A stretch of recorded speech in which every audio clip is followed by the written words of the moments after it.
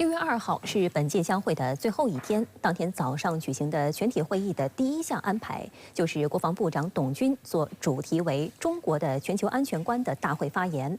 董军部长全面阐述了中国的国防政策和理念，谈及台湾问题、南海问题等，并回答了现场嘉宾的提问。 董军表示，习近平主席提出构建人类命运共同体理念和全球发展倡议、全球安全倡议、全球文明倡议，顺应历史大势，回应了各国人民对美好生活向往。董军具体阐述了中国国防政策和理念一以贯之的具体体现：一是崇尚以和为贵，二是寻求共同安全，三是秉持平等尊重，四是注重开放包容，五是捍卫核心利益。 董军强调，台湾问题是中国核心利益中的核心，而目前两岸和平统一的前景正遭到破坏。一个中国原则早已成为世界公认的国际关系的基本准则。现在的问题是，民进党当局大搞渐进式台独，顽固地推行去中国化，妄图割裂两岸的社会、 历史文化联系，数典忘祖的分裂言论，荒谬而狂妄，必将被钉上历史的耻辱柱。中国依法处置涉台事务，完全是中国的内政，外部势力无权干涉。 董军强调，维护国家主权和领土完整是中国军队的神圣使命。我们将以及时、坚决、有力的作为，遏制台独，确保其图谋永无得逞之日。谁胆敢把台湾从中国分裂出去，必将粉身碎骨，自取灭亡。 董军表示，中国的战略文化强调兼爱非攻。新中国成立70多年来，始终奉行防御性国防政策，将走和平发展道路写进宪法，上升为国家意志。改革开放以来，主动裁减军队员额400余万，用行动表明不称霸、不扩张。 董军指出，中国的核政策最具稳定性、连续性和可预见性。即使中国曾遭受核讹诈、核威胁，仍承诺在任何时候、任何情况下都不首先使用核武器，无条件不对无核武器国家和无核武器区使用或威胁使用核武器。郑重声明，核战争打不赢也打不得，愿意率先签署东南亚无核武器区条约议定书。 他表示，中方坚持通过对话协商解决分歧，鄙视丛林法则，在处理边界和海上分歧中，从不主动挑起事端，从不轻易诉诸武力，始终与各国共同努力推动落实南海各方行为宣言，加紧南海行为准则磋商，有效维护了地区和平安宁。有个别国家在外部势力的煽动下，毁弃双边的约定， 违背自身的承诺，有预谋地挑起事端，制造假象，误导视听，甚至不顾地区国家的整体利益，违反东盟宪章精神，配合外部势力在本地区部署中程导弹，严重破坏了地区的安全稳定。 董军指出，我们不允许霸权主义、强权政治损害亚太，不允许把地缘冲突、冷战、热战引入亚太，不允许任何国家、任何势力在这里生战生乱。搞集团对抗只会激化矛盾，挑起战乱。我们绝不干地刀拱火的事儿，坚定地站在和平一边，站在对话一边。 地区安全早已不可分割，我们愿意同大家一道构建亚太命运共同体，共享安全发展的红利。 在乌克兰危机上，董军表示，中方始终以负责任的态度致力于劝和促谈，不向冲突任何一方提供武器，严格管控军民两用物资物项的出口。在巴以冲突上，我们秉持公正立场，同国际社会一道，全力推进停火止战。在解决朝鲜半岛、阿富汗、缅甸等问题上，积极推动政治解决，发挥建设性作用。董军还谈及中美两军关系，他表示，中美两军关系的稳定事关全球的安全与稳定，要找到两军正确的相处之道。我们认为，两军之间正因为有分歧，所以才要多交流，即使道不同，也不能搞对抗。关键是要坚持以和为贵，以稳为重，以信为本，找到两军正确的相处之道，为世界和地区和平提供更多的正面预期。中国防长董军在相会最后一天的首场演讲，带来中国的全球安全观。中国发声备受关注。宴会厅内超500人的场地座无虚席，仅第一轮的问答环节中，董部长就接收到30多个来自全球多国专家学者的问题。主持人最终从2轮问答中挑选出来自美国、印度、日本等代表抛出的8个问题，问题聚焦台海、南海。深圳卫视注意到，董军在答问环节再次向国际社会阐释台湾问题的重要性，但期间主持人希望他介绍中方对俄乌和巴以2场冲突的看法。If you could address the question of the Middle East and Ukraine as well, if you could spend a minute on China's view of peace process there. 我想先把这个台湾问题讲完，因为这是我们核心利益的核心问题。既然问到了，我要对这个问题负责任。在强大的人民军队面前，实际上你就是一个螳臂挡车，自食其人。董军强调，中方对任何的台独的极端情景情势准备得非常充分，也有能力对付台独武装。就像瓮中捉鳖，不足挂齿。在此呢，我也奉劝就是台独势力台独分子丢掉幻想，回归统一的正道，搞台独，自取灭亡。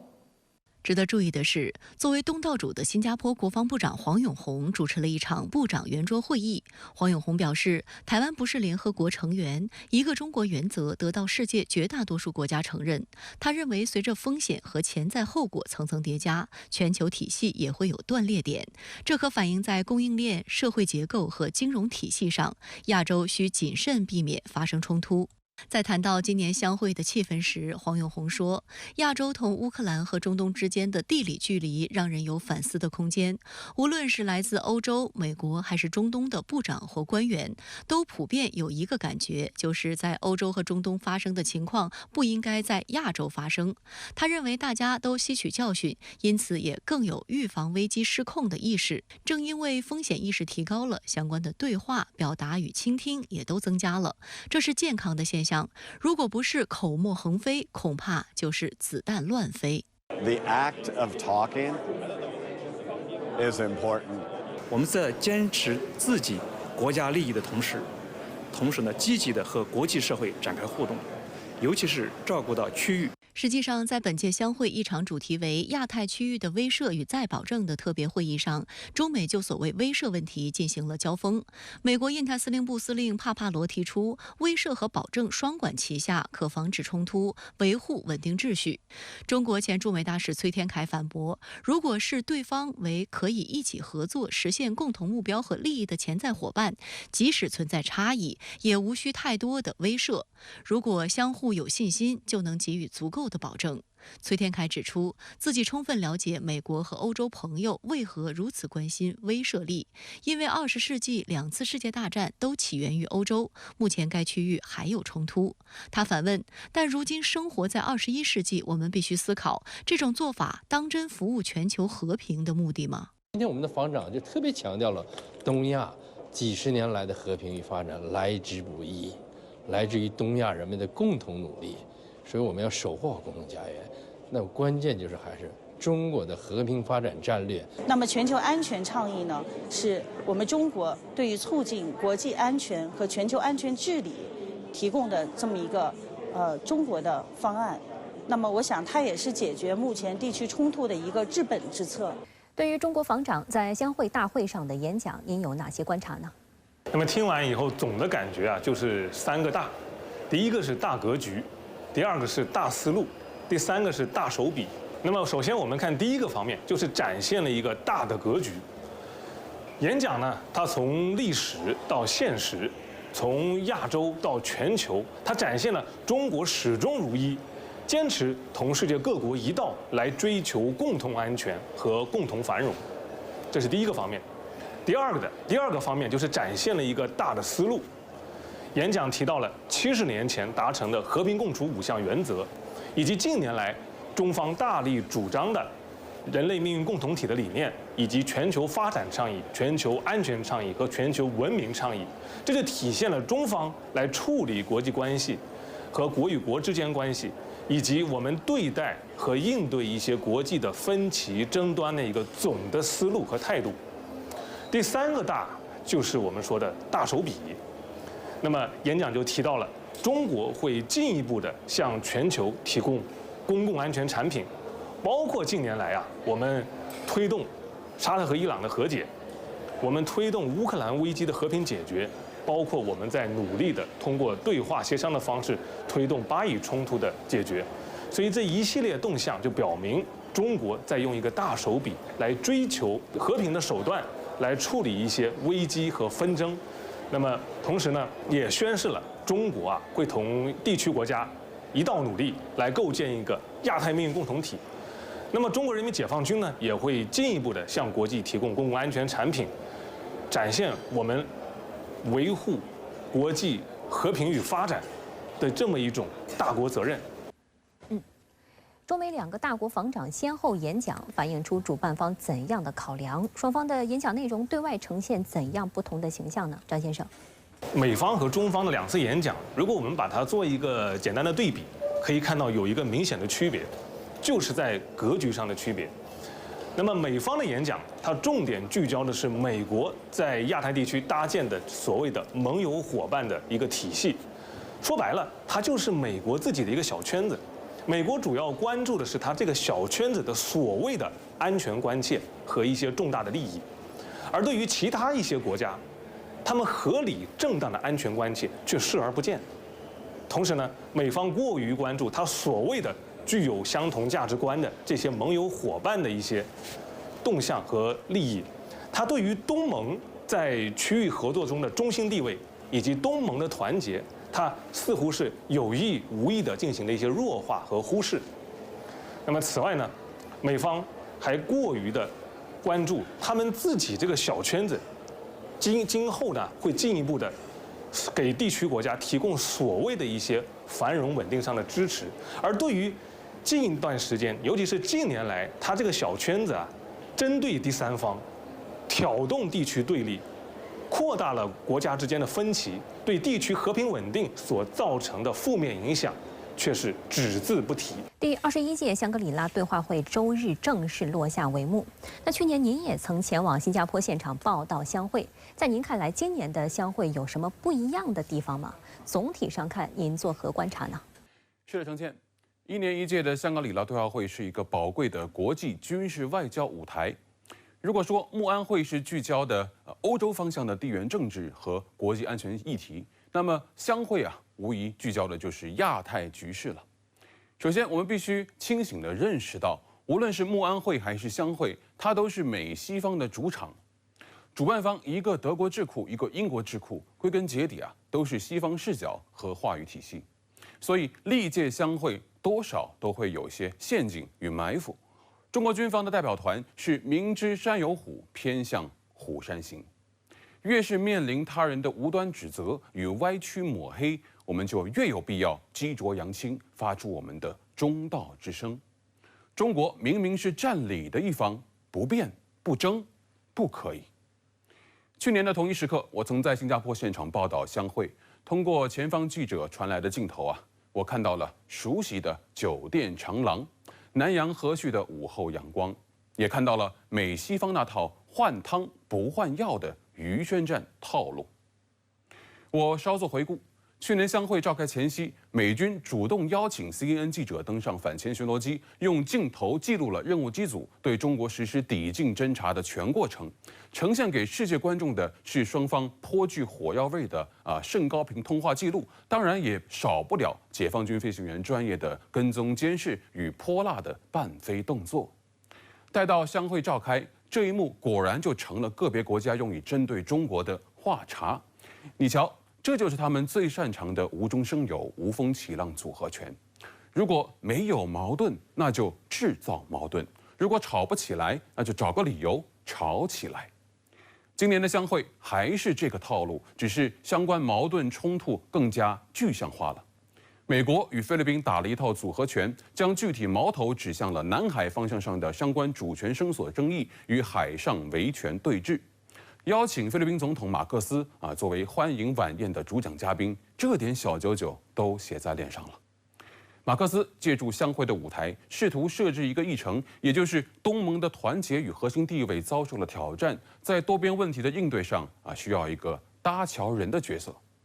言下之意，其实他是希望给美国介入东盟域内事务开一扇门。这与东盟这几年奉行的不在大国之间选边站的策略是背道而驰的。马克思选边站对了。从这意义上看，东盟国家们或许不该提防中国，更应该首先提防马克思领导下的菲律宾。另一方面，本届相会期间，国防部长董军先后进行了11场双边会谈，其中就包含了美国、加拿大、泰国、日本、澳大利亚、法国、柬埔寨、新西兰等国家的防务部门领导。那么，想请教一下吴先生，您怎么看董军部长此次新加坡之行的双边互动，尤其是与美国方面的互动呢？见谁与不见谁，这本身就是一种议程设置。细心的朋友一定已经发现了。董军部长此去相会，没有与菲律宾方面进行双边会谈，这充分传递了来自北京的某种态度。最引人关注的，当然就是中美防长的面对面会谈。国际舆论是挑剔的，在中美战略对峙进入白热化的新常态阶段，如果中美两国防长仅仅在相会的欢迎晚宴上隔着桌子握一下手，互道一声很高兴见到你，显然是无法给国际舆论吃下一颗定心丸的。既然双方都给外界释放出了将要会见的积极信号，那什么时候见谈多长时间就成了下一个悬念。毫无疑问，在相会尚未进入主议题的开幕阶段，中美防长就早早地实现了会晤这应该是双方不约而同的最佳选择。我甚至认为这场一上来就见面了的会晤，让这场相会的火药味淡了许多。美国防长奥斯汀的表达显然经过了精心打磨。他那句“我告诉董部长，如果他有急事打给我，我会接电话。我当然也希望他能这样做。”这就是沟通，在西方媒体是流传甚广。但我必须向美国方面指出一点：北京此前不接电话，事出有因。佩洛西窜台，国会议员们频频炮制的这个涉台法案，总统先生签发的对台军售，他哪一个拎出来都是触动中国人敏感神经的。中国从来不拒绝沟通，但我们越来越讲究沟通的有效性。如果美方无论是政界还是军界继续搞说一套做一套的把戏，那么我们非常有理由怀疑你们在搞战略欺骗。那么在军事上，我们一定会做出相应的针对性的部署。好的，谢谢吴伟先生在线与我们分享您的观点，谢谢。相会最后一天，现场还有哪些新的细节和看点？我们来看特派记者于哲民稍早前从现场发回的观察。6月2号是本届相会的最后一天，今天重磅的日程安排无疑是中国防长董军在全体会议上的演讲，主题是中国的全球安全观。这场会议被安排在香格里拉酒店最大的大厅，足足有1300平方米，差不多是3个标准篮球场的大小。现场座无虚席。在董军部长约半小时的发言中，不少人做笔记、记要点，还拿出手机拍摄。演讲结束后，董军部长还接受了外方提问，在回答有关台湾问题的提问时，一度被外方打断。董军部长表示，台湾问题是我们核心利益的核心问题，必须要先讲完。他向国际社会指出，两岸和平统一的前景正遭到破坏。演讲结束后，中方代表团按照惯例举行记者会。由于是最后一天，气氛相对轻松。吴倩大校介绍了这次与会的8位专家，让现场自由选择专家提问。那么立刻现场就切换成了小组讨论模式，30多名外国记者呢向8位专家开始提问。实际上也不仅是记者提问专家，还有专家提问记者。一名专家就问外媒记者对美方的涉台言论有何看法。一名新加坡亚洲新闻台的记者告诉我，作为本地媒体，他们对相会的热点都进行了报道，而且保持了中立态度。他认为新加坡能立足国际社会并发挥重要作用，就是因为坚持不选边站队的外交政策。我还聆听了美国《纽约时报》、《华尔街日报》、彭博社和英国《金融时报》、《经济学人》等外媒的提问，发现他们最感兴趣的3方面问题分别是中美关系、台湾问题和南海问题。记者会持续了大约45分钟，大家都意犹未尽，还有记者追到了电梯口。这趟来新加坡的报道已经接近尾声。这几天中，会场内各国防务高官慷慨陈词，辩论场上火花四射。会场外各种场边外交轮番进行。我也注意到不同的嘉宾、不同的记者对相会的感受也不一样。有人认为今年整体气氛平和，多了观点的交流和交锋，比起往年少了激烈的对抗。相会期间，地区局势也保持基本安宁。中方代表团强调，我们来相会不是来吵架的。我想大多数国家也同样如此。但也有人认为，今年的相会气氛紧张，因为在涉及核心利益的问题上，各方都当仁不让。我想这就是相会的目的，每个人参会呢都有不同的体验，自然也有不同的感受。作为我个人来说，是第一次报道相会，站在国际舆论斗争的最前沿，不为每一次抢新闻而紧张激动，生怕错过任何细节，深深感受到比例、脑力和体力的重要。最后，相约北京见是董军部长在今天会场上向各国嘉宾记者发出的邀请。新加坡相会和北京香山论坛遥相呼应，上半年客场，下半年主场。我也和我此行结识的国际记者同行们相约北京再见。据岛内媒体报道，5月29号，2艘解放军小型登陆艇罕见进入到金门所谓限制水域。这一举动在岛内引发热议，有观点认为赖清德当局只要挑衅一次，就会少一样东西。外界观察指出，经过近几年的台海大练兵，解放军在台海的军事行动已经形成4个常态化。解放军联合利剑2024A 演习结束后，浙江海事局发布航行警告，宣布在5月27号至6月15号期间，每天8时至18时，在东海、宁波、象山沿海一带进行实弹射击训练，为期20天。与此同时，解放军舰机巡台力度不减。据岛内媒体报道，5月28号至6月1号，解放军舰机持续在台岛周边例行巡航。台防务部门通报，5月29号的规模最大。自当天下午15时20分起，陆续有解放军各型主辅战机共计28架次，其中18架次越过所谓海峡中线及其延伸线，进入台岛北、中部及西南空域，配合军舰执行联合战备警巡。而据6月1号的最新通报，此前24小时内，解放军战机9架次、舰艇6艘次及海警船4艘次，持续在台海周边活动。其中有8架次军机越过所谓海峡中线，进入台所谓西南空域。观察指出，解放军近来台海大练兵已经形成多个常态化。首先是快速反应常态化。去年4月，针对蔡英文窜美，从解放军东部战区发布声明，将组织环台岛战备警巡和联合利剑演习，到宣布战备警巡和演习开始，仅间隔了1个小时。其次，联合作战常态化，解放军多军兵种兵力在台海周边扩大行动强度，意味着制空权和制海权都被解放军牢牢掌握在手中。第三，不管是从时间、空间，还是从作战平台的角度，解放军在台海地区都已形成全项压制常态化。最后，解放军对台独的军事设压已经不局限于大型军事行动，而是贯穿到了日常。现在我们看到今后趋势就是说无论有没有什么重大事件那么1年365天，每天24小时，我们军事上就把它叫人启动，就是说没有预先的动员和部署，就是说这支部队其实已经准备好了各种应急情况。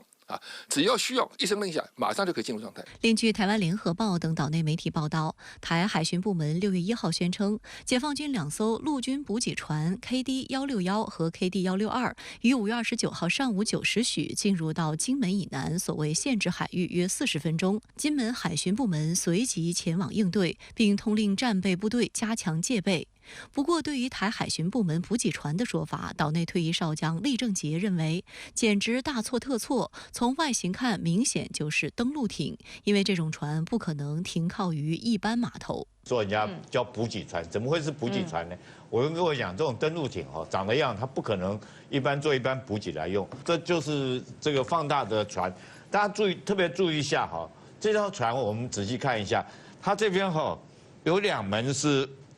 左右2边各有2挺的这个重机枪，这个是重机枪了，还不是到火炮，重机枪在这边，那前面这个是挡板，把门打下来以后，它里面的人员就可以下来，它只能在沙滩上面来做人员的这个上卸或下载。有岛内军事专家从装备角度进行分析，指出，解放军2栖作战舰艇种类很多，包括登陆舰、登陆艇、运输舰、2栖攻击舰、2栖指挥舰、2栖货船等。其中071大型船坞登陆舰的排水量约2万吨。东部战区近日发布的粤海杀器系列海报中就包含这款装备。而此次2艘登陆艇属于豫南级的小型多功能登陆艇，可搭载物资200吨，坦克5辆，车辆8辆，艇上搭载614式25毫米双管火炮4门。由于服役时间已超数十年，加上吨位小，目前豫南级一般用于在内河及海岸区域执行运输任务。台湾退役少将厉正杰认为，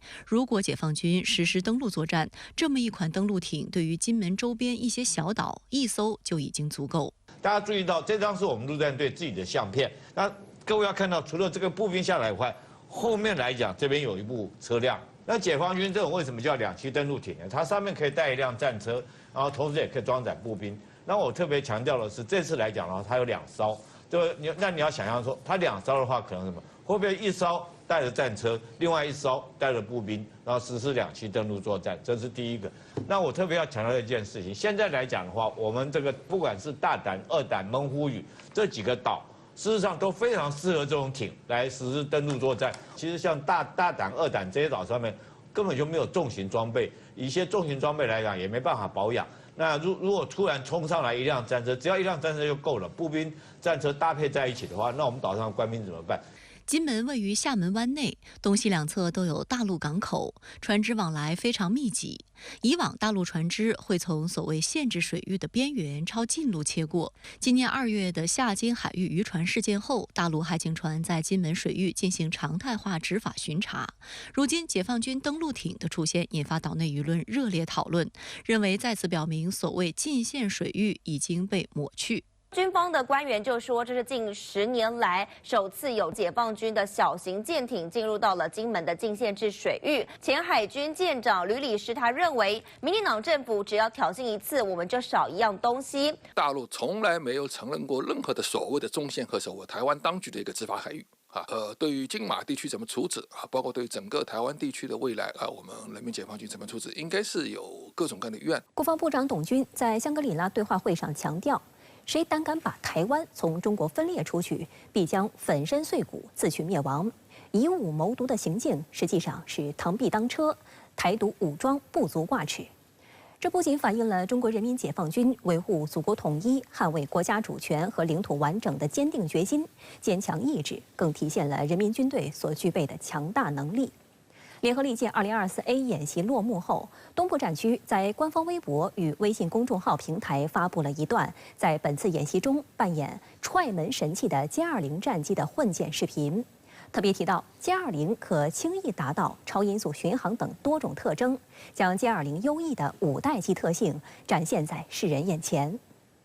东部战区发布的这段名为“跨海杀器”的视频，时长约55秒，当中提到歼20具有多种特征：轻松突破敌防空系统的高隐身性，轻易达到超音速巡航的高机动性，以及快速识别目标、精确打击的高感知性。相关描述也引发外界的高度关注。印度《欧亚时报》称，歼20已经成为解放军空军的中流砥柱，据信拥有比其他解放军空军战机更先进的电子设备，所装备的传感器可以辅助飞行员做出最佳的战斗与战术决策。保加利亚军事网站的报道则提到，歼20的动力系统一直是外界重点关注的话题。最初，它由俄罗斯制造的 AL31F 发动机提供动力，并不具备超音速巡航能力。此后，歼20换装国产涡扇15发动机后，外界传闻其可靠性存在问题。而东部战区关于歼20的最新介绍，无疑是澄清了外界的这些质疑。以歼20为代表的第5代战机一般被概括为具有4S 特性，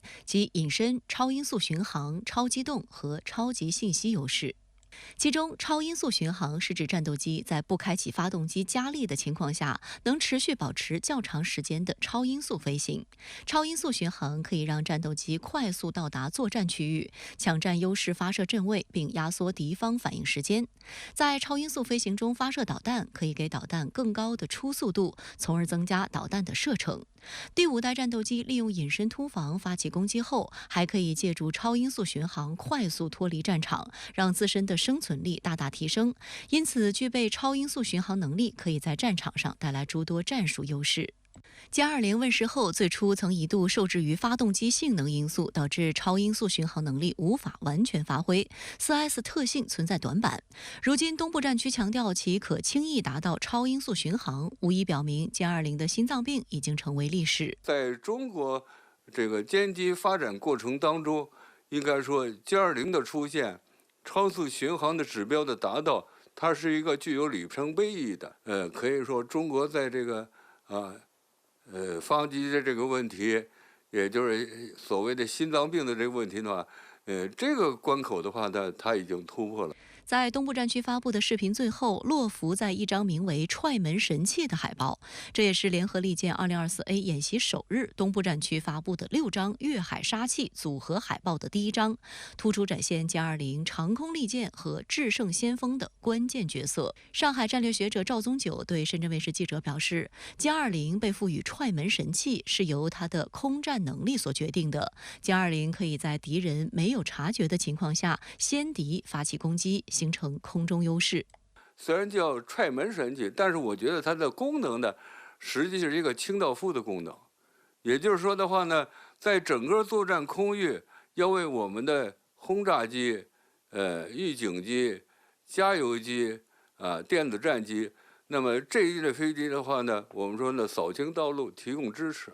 就是要确保我军在作战空域的空中优势的时候，那么他先踹门，其他的战机的话跟上。事实上，岛内舆论也承认，即使歼20在对台军演中出现甚至飞临台岛附近，台湾方面也没有办法发现，因为台军并没有装备可侦测隐身战机的雷达。但与歼20的低调形成鲜明对比的是，岛内部分人自嗨于台军战机监控了解放军歼16战机和轰6轰炸机。24号，也就是联合利剑2024A 演习的第2天，台空军公布了2段跟歼歼16和轰6的短暂数秒画面。台媒鼓吹这些画面是由 F-16V 战机携带的 AAQ-33 狙击手先进瞄准吊舱拍摄，能让飞行员在远距离精准标定目标，并将高画质影像传回作战指挥中心，甚至可在1.5万米的高空侦测地面目标，让飞行员能精准攻击，大幅提高击杀率。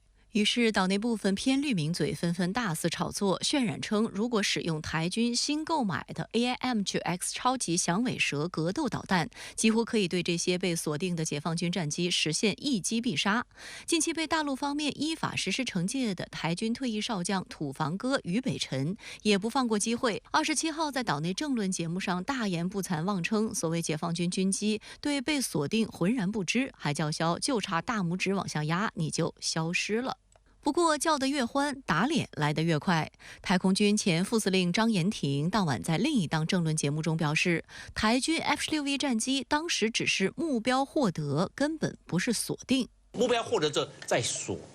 锁定之后，这两者有什么差别？你目标获得只是看到发现，对，那你锁定的时候就已经把它锁住了。这个锁定就不一样了，这个锁定的这个信号之后交给你的对空对空的飞弹，你所挂的。但是我们一锁定，按理说对方会立刻会警报响起吗？会，会吗？那这个是光电，所以不一样。你要锁定要靠雷达。张延廷强调，导弹是半主动雷达引导，要锁定目标才可以把信号传给导弹进行攻击。而狙击手吊舱这种光电设备只能做到发现目标，并不具备接收雷达回波进行目标锁定的能力。张延廷的迅速打脸，也不禁让人想到他2周前对俞北辰遭大陆惩戒的一番感叹。那我曾经在很久以前，我有曾经跟他讲，你应该去读一个硕士。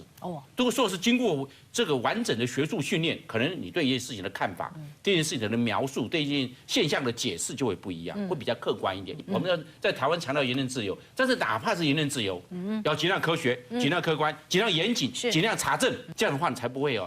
把方向带错。你一方向带错之后，下面几千几万个人在听。结果你把观念交错了，那是我们讲到了误人子弟。深圳卫视查阅公开报道发现，民进党当局2018年从美方采购了18部狙击手先进瞄准吊舱，计划安装在台空军的中期寿命改进型 F-16战机及 F-16AB 型升级后的 F-16V 战机。生产商洛克希德马丁公司表示，狙击手可以远程探测、识别、自动跟踪和激光指示小型战术目标。据称，这款吊舱的主要功能是进行红外侦察和瞄准，但并非专门用于空战。事实上，狙击手吊舱属于一种前视红外系统吊舱，其主要作用是识别地面目标，并为激光制导炸弹等精确制导武器提供引导，以对地面目标实施精确打击。台军之所以公布这个情况，我觉得目的的话呢，只有2点。第一个显示台军目前的它的备战状况和作战能力。第二个的话呢，它实际由于这个吊舱是美国生产的，所以的话呢，台军变相的通过这样一个画面，要增大对美国军事装备采购的这种需求。长期关注解放军发展的台海军退役军官吕礼师，更是在岛内政论节目中披露，台空军利用狙击手吊舱拍摄的解放军歼16战机，大概率是歼16D 电子战机。真正应该在事件中警觉的，反而是台军。自由时报叫做轻轻松松跟歼成功，然后他讲说轰6以及歼16共机浑然未决，这个就是标标准准的军盲写法。为什么？因为红外线的这一个我们称之为叫做追踪系统，它本来就是被动接收你对方战机所溢出的红外线，本来对方就不会知道。那同样的，我只想请问一件事情：我们的 F-16接近这一架电战机的时候，我们泄露了什么样的电磁参数的资料？有想到过吗？赵宗九认为，此次解放军东部战区实施联合利剑 2024A 演习，其中一个重点就是演练联合夺取战场综合控制权，当中就包括制电磁权，这也是歼16D 一类的电子战机的专长。所以歼16D 的出现不仅不意外，而且非常贴合实战需求。我觉得这次歼16D 呢，实际使用的是钓鱼法。这样，如果我们在这个过程当中搜集到这个美国这个电子吊舱的很多信息以后，这为以后台海作战准备的话呢，就提供了很多参数。这样的话呢，我觉得在未来进行作战过程当中呢，那么歼16D 所采集到的信息一定会给予良好的保障和良好的支持。在5月30号举行的国防部例行记者会上，针对有记者提问台军发布 F-16战机锁定解放军歼16的画面，发言人吴谦这样回应：在我看来呢，这个有的台媒总是乐于发布一些这种自嗨式的消息这些发布的消息呢，源于是对自身实力的一个错误的认知。吴谦表示，东部战区举行联合演习，打击了台独嚣张气焰，震慑了外部势力干涉介入，实现了预期目的。台独分裂势力挑衅一次，我们的反制就会推进一步，直至实现祖国的完全统一。祖国统一是不可阻挡的历史大势，台独等于战争，分裂没有和平。在正在举行的香格里拉对话会上，中美防长时隔18个月首次面对面会谈，重点谈及台海局势。中美就台湾问题展开沟通有何警示意义？在赖清德520发表台独自白后，大陆一系列反制动作如何精准打击台独？直播港澳台特别策划《台海风云录》，对话台湾地区前民代郭正亮，来听一听他的分析。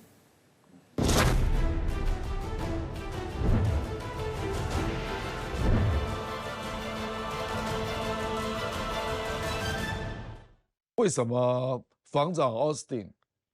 他一定要急着要跟董军见面，在香格里拉，对不对？那他们两个也谈了75分钟嘛。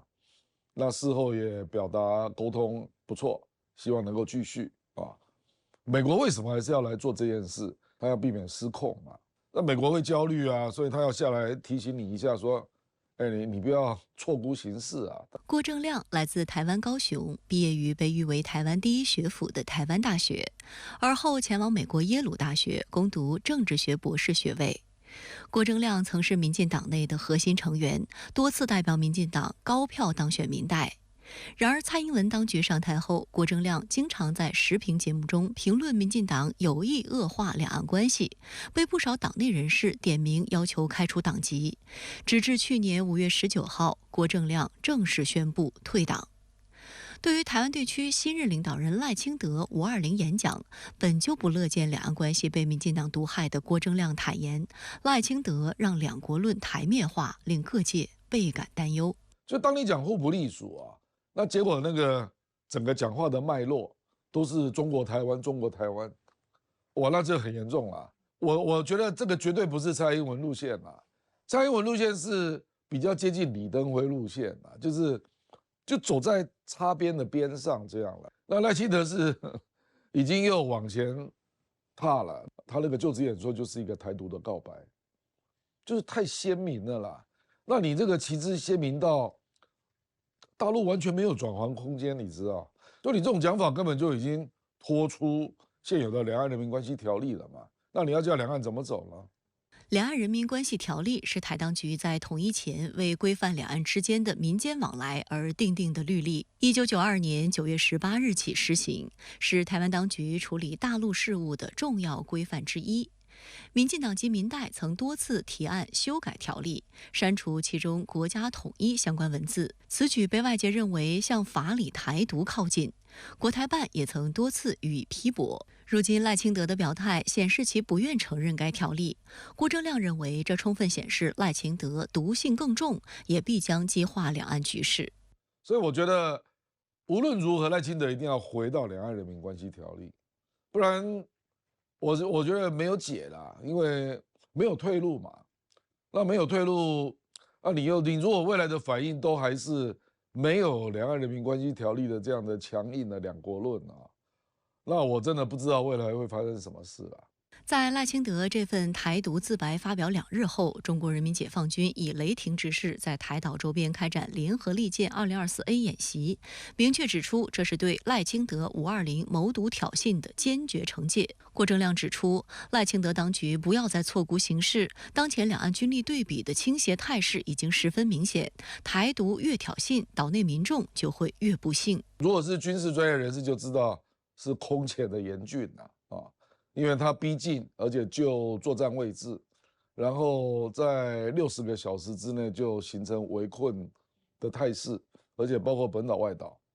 这个其实很清楚，因为战争它有它的逻辑啦，所以我们稍微了解一点军事还有战争逻辑的人，就要提出一点提醒啊，就是说，这个非同小可啦，是玩真的啊，你不要以为人家是玩假的啊，那。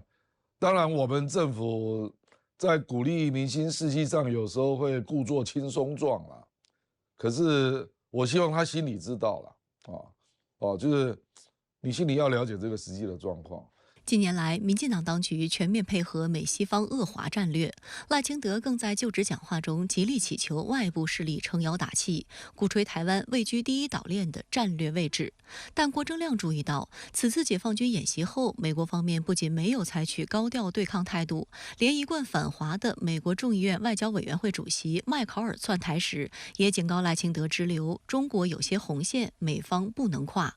深圳卫视注意到，麦考尔还说，如果有一天到达临界点，在台湾地区未挑衅情况下，美国人民就必须面对一个非常困难的抉择。郭正亮认为，这证明如果台独不断挑衅导致台海兵凶战危，这是美国不愿看到的，美国也不会出手相助。赖清德当局必须要认清这一现实。美国众议院的外交委员会主席他是反中大将，